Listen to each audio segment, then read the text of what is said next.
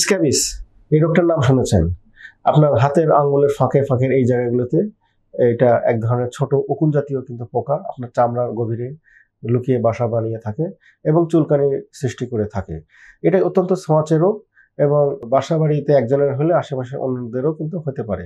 এই যে উকুন জাতীয় পোকাটা সেটা আপনার বেডশিট, পর্দা, কাপড় চোপড়ে কিন্তু 48 ঘন্টার মতো থাকতে পারে। তো এটা চিকিৎসা করবেন কিভাবে? এটা নির্দিষ্ট কিছু ওষুধ পাওয়া যায়, ক্রিম, পারমিথ্রিন যেটা জেনেরিক নেম, এটা আপনারা ব্যবহার করতে পারেন। এটা গলা থেকে পায়ের তলা পর্যন্ত এটা আপনাকে ব্যবহার করতে হবে প্রস্রাব পায়খানার রাস্তা বাদ দিয়ে, কারণ এটা সংবেদনশীল জায়গায় জ্বলাপোড়া করতে পারে।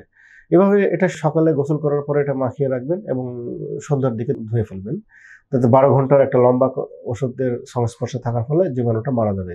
আপনাদের প্রত্যাশা হচ্ছে যে যেহেতু আজকে আমি ওষুধটা ব্যবহার করলাম, সুতরাং আমার চুলকানিটার সমস্যা নিরাময় হবে আগামীকালকে থেকে।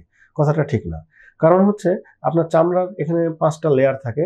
এই লেয়ারের ভিতরে কিন্তু আপনার এই উকুন জাতীয় পোকাটা পড়ে থাকে। এইটাকে কিন্তু আমরা বের করতে পারি না। এটা সাপের যেমন খোলস চামড়ার লেয়ার খসে পড়ে, মানুষেরও সেরকম কিন্তু চামড়ার লেয়ার ধীরে ধীরে খসে পড়ে। তো এই পুরো প্রসেসটা হইতে আপনার 1 থেকে 1.5 মাস সময় লাগে। তখন এই পুরা চামড়ার লেয়ারটা যখন খসে পড়বে তখন কিন্তু আপনার শরীর থেকে উকুন জাতীয় জীবাণুটা, পোকাটা বের হয়ে যাবে এবং আপনার চুলকানিটার নিরসন ঘটবে। এইটা ভালো সুফল পেতে গেলে কিন্তু আপনার পরিবারের অন্য যত সদস্য আছে সবাইকে কিন্তু একই সাথে ওষুধগুলো ব্যবহার করতে হবে, চিকিৎসার আওতায় আনতে হবে এবং আপনার বাড়ির যে বেডশিট আছে বা পর্দা আছে যেখানে এই পোকাটা থাকতে পারে সেগুলো সব ধুয়ে ফেলতে হবে।